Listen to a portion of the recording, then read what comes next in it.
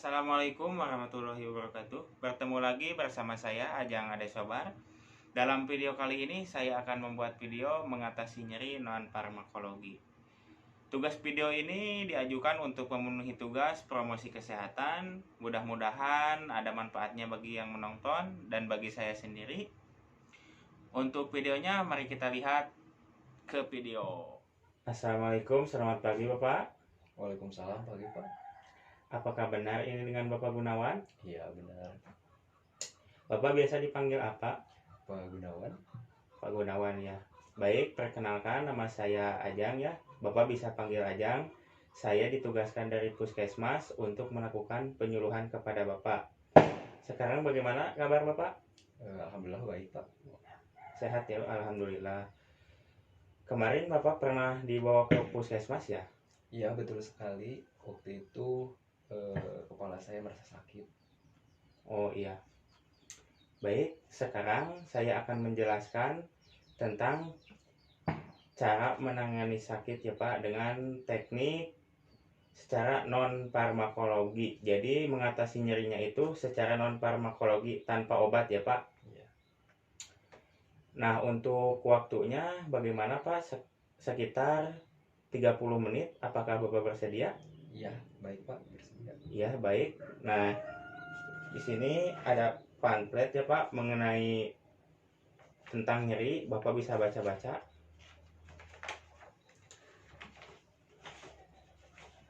Untuk mengefektifkan waktu Pak, sekarang kita ke materi ya Pak.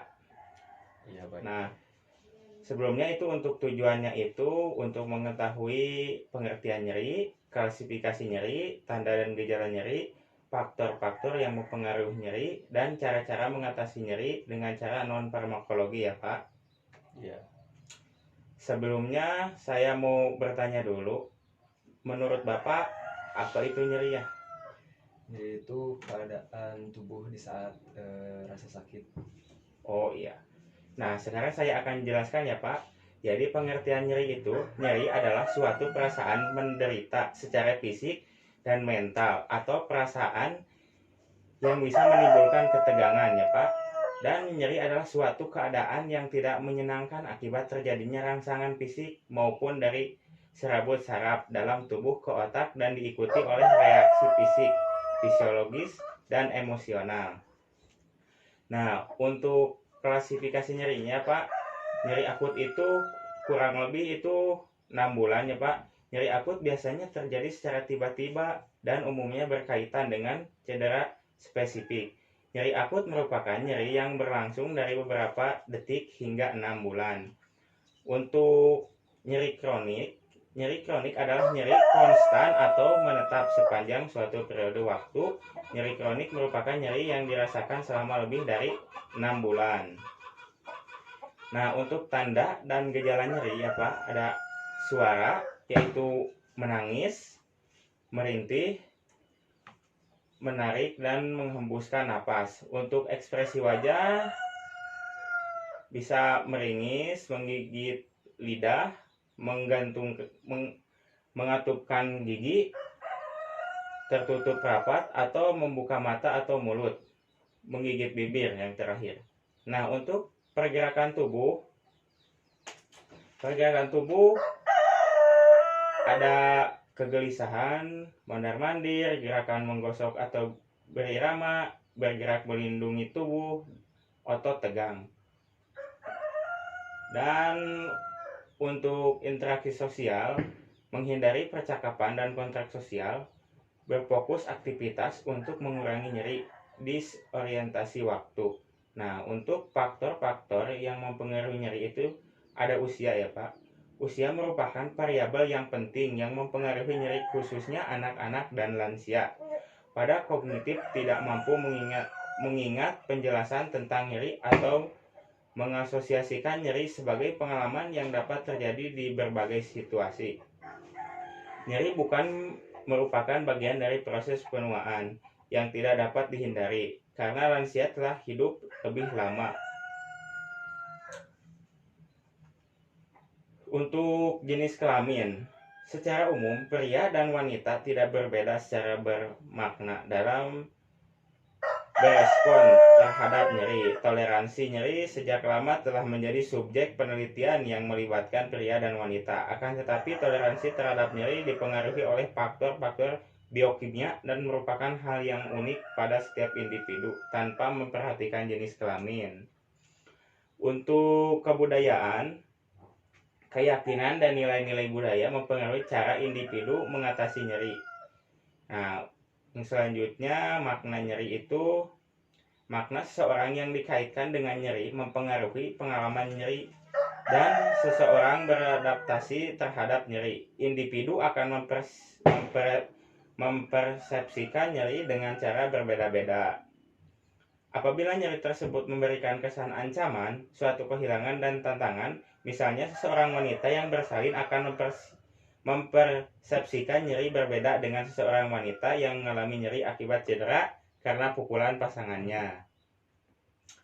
Untuk perhatian yang meningkatkan dihubungkan dengan nyeri yang meningkatkan, sedangkan upaya pengalihan atau distraksi dihubungkan dengan respon nyeri yang menurun. Untuk ansietas, apakah Bapak tahu ansietas itu apa? Tidak tahu. Oh iya, jadi Pak, ansietas itu cemas ya Pak. Ansietas seringkali meningkatkan persepsi nyeri, tetapi nyeri juga dapat menimbulkan perasaan ansietas. Individu yang sehat secara emosional biasanya lebih mampu mentoleransi nyeri, sedangkan hingga berat daripada individu yang memiliki status emosional yang kurang stabil. Untuk keletihan meningkatkan persepsi nyeri. Rasa kelelahan menyebabkan sensasi nyeri semakin intensif dan menurunkan kemampuan coping. Apabila latihan disertai kesulitan tidur, maka persepsi nyeri bahkan dapat terasa lebih berat. Nah, untuk pengalaman nyeri sebelumnya tidak selalu berarti bahwa individu tersebut akan menerima nyeri dengan lebih mudah pada masa yang akan datang. Apabila seorang klien tidak pernah mengalami nyeri, maka proses pertama nyeri dapat mengganggu coping terhadap nyeri. Nah, untuk gaya coping, pengalaman nyeri dapat menjadi suatu pengalaman yang membuat merasa kesepian. Apabila kalian mengalami nyeri di keadaan perawatan kesehatan seperti di rumah sakit, kalian merasa tidak berdaya dengan rasa sepi itu.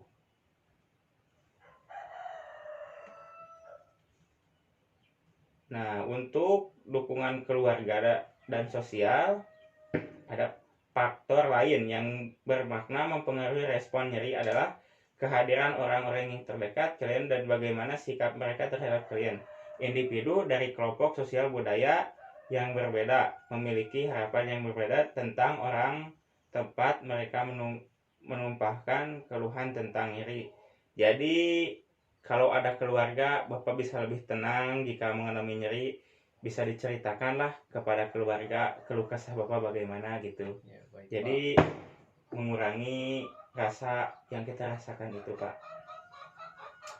Nah, di sini saya ada cara-cara mengatasi nyeri ya, Pak, dengan non farmakologi. Yang pertama, distraksi. Distraksi adalah teknik untuk mengalihkan perhatian terhadap hal-hal lain sehingga lupa terhadap nyeri yang dirasakan. Contohnya, membayangkan hal-hal yang menarik dan indah. Jadi Bapak itu membayangkan gitu. Membayangkan seperti Bapak sukanya itu di mana? Di pegunungan. Tak, Bapak sukanya di pegunungan. Bapak membayangkan kalau sedang sakit, membayangkan di pegunungan. Nah, insya Allah itu bisa mengurangi nyeri ya Pak. Nah, yang kedua itu membaca buku, koran sesuai dengan keinginan. Jadi kita membaca buku atau majalah gitu Pak, sesuai keinginan kita. Nah, yang ketiga itu menonton TV Pak. Menonton TV itu sesuai yang kita inginkan. Jadi kalau kita tidak mau menonton berita, jangan paksakan Pak. Ya, baik. Kalau Bapak maunya menonton kartun, Bapak nonton kartun gitu Pak. Mendengarkan musik, radio, dan lain-lain.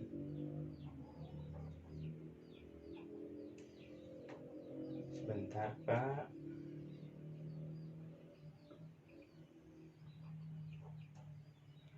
Nah, untuk relaksasi, teknik relaksasi memberikan individu kontrol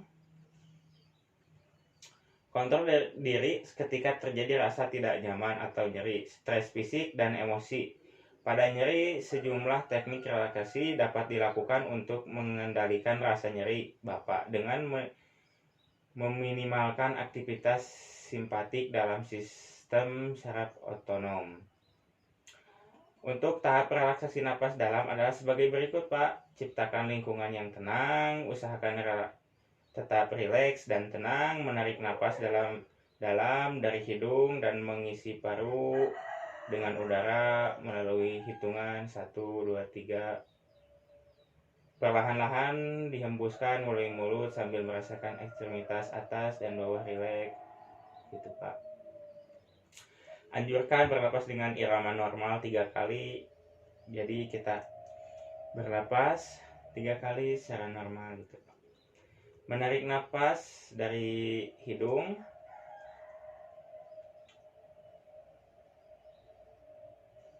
Nah, menarik napas lagi dari hidung, melalui hidung, menghembuskan melalui mulut secara perlahan. Membiarkan telapak tangan dan kaki rileks. Usahakan agar tetap konsentrasi atau mata sambil terpejam. Pada saat konsentrasi, pusatkan pada daerah yang nyeri. Anjurkan untuk mengulangi prosedur hingga nyeri terasa berkurang. Yang terakhir, ulangi sampai 15 kali dengan selingan istirahat singkat setiap 5 kali ya, Pak. Jadi istirahat dulu, mulai lagi. Nah, materinya cukup segitu, Pak. Apakah ada yang ditanyakan? Oh, ya begini. Apakah nyeri setelah operasi dapat diredakan dengan cara distraksia seperti tadi apa? Ya, dengan teknik distrasi ya, Pak. Oh iya. Jadi untuk nyeri operasi bisa ya, Pak. Contohnya dengan mendengarkan musik ya, Pak. Nah, jadi kita itu, otot kita itu jadi rileks ya, Pak. Pikiran jadi tenang gitu. Jadi rileks. Jadi si nyeri kita itu teralihkan. Kalau kita bisa mengalihkannya itu dengan menonton TV contohnya. Nah, dengan suara tadi mendengarkan musik ya, Pak. Jadi insya Allah lah nyerinya itu berkurang. Apakah ada yang ditanyakan lagi, Pak? Sudah cukup. Oke, kalau begitu saya nanya ya kepada Bapak. Coba ulangi yang tadi saya jelaskan ya. Materinya apa saja? Dari pengertian nyeri yang saya tangkap tadi adalah menderita secara fisik dan mental atau perasaan yang bisa menimbulkan ketegangan. Langsung yang kedua, dari klasifikasi nyerinya ada nyeri akut, nyeri kronik, sudah. Dan dari tanda-tanda gejala nyeri, dari suara, ekspresi wajah, pergerakan tubuh, dan interaksi sosial. Lalu dari faktor-faktor yang saya tangkap tadi seperti dari usia, jenis kelamin, kebudayaan, dari maknanya nyeri, perhatian, dan anestesi. Lalu untuk cara-cara mengatasi nyerinya tadi dari distraksi, relaksasi, udah itu Pak yang saya tangkap tadi dari. Baik, ternyata Bapak sudah mengerti ya dan sudah paham dan sudah tahu bagaimana cara menurunkannya. Mudah-mudahan ilmu yang saya sampaikan bermanfaat bagi Bapak, dan mohon maaf kalau masih banyak kekurangan. Saya izin pamit ya, Pak. Ya baik Pak. Assalamualaikum warahmatullahi wabarakatuh. Waalaikumsalam. Sekian videonya, selamat bertemu lagi di video-video selanjutnya. Mohon maaf bila ada kesalahan. Wassalamualaikum warahmatullahi wabarakatuh. See you next time.